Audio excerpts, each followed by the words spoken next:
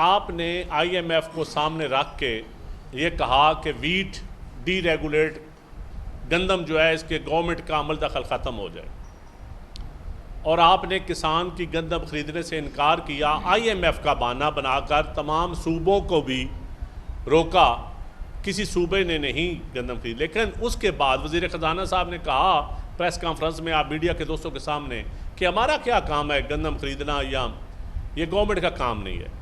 ठीक है, आपने नहीं खरीदी, आपने गंदम इंपोर्ट कर दी 35 लाख टन, उससे गंदम किसान की अपनी पड़ी हुई थी, और आपने 2000 रुपया रेट दिया। किसान तो बेचारा बिल्कुल मुआशी कत्ल हो गया उसका।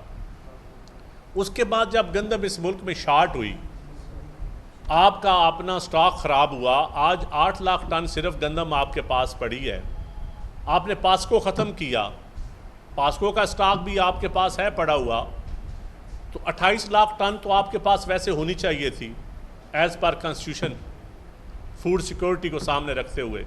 आपके पास 8 लाख टन है, और आपकी जो गंदम डैमेज हुई 30%, सैलाब चला, इंडिया से दाखिल हुआ, लेकिन मुल्तान तक आपने एक दाना नहीं संभाला स्टॉक का।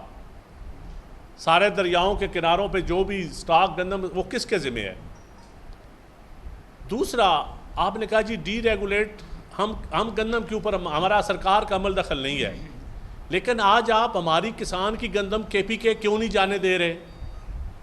हमारी गंदम बलोचिस्तान क्यों नहीं जाने दे रहे? पंजाब बड़ा सूबा है एग्रीकल्चर के पॉइंट ऑफ व्यू से। पंजाब में ज़राअत सबसे, किसान पंजाब गंदम देता था। तो आपने आज फिर किसान का गला दबाने के लिए, उन छोटे सूबों की आवाम की रोटी महंगी करने के लिए, आपने फिर गंदम पर पाबंदी लगा दी कि अब गंदम हमारी उन सूबों में नहीं जा सकती। जब किसान की बेचने की बारी आए तो आप कहते हैं नहीं, 2000 से ज़्यादा ऊपर नहीं जाएगी, 3000 भी जाएगी तो आप उसके ऊपर पर्चे देंगे, आप उसको छापे मारते हैं। लेकिन जब मैं अपनी गंदम बाहर दूसरे सूबों में बेचना चाहूँ एज ए किसान, तो आप पाबंदी लगा देते हैं। उस वक्त आईएमएफ नहीं कहता कि आप गंदम की नकलो हरकत जो है वो उसमें आज़ादाना नकलो हरकत होने दें। तो इसका मतलब है कि आईएमएफ का भी एक बहाना था आपका। असल में तो आप, ये एक बहाना है, असल में आपने किसान का गला दबाना था।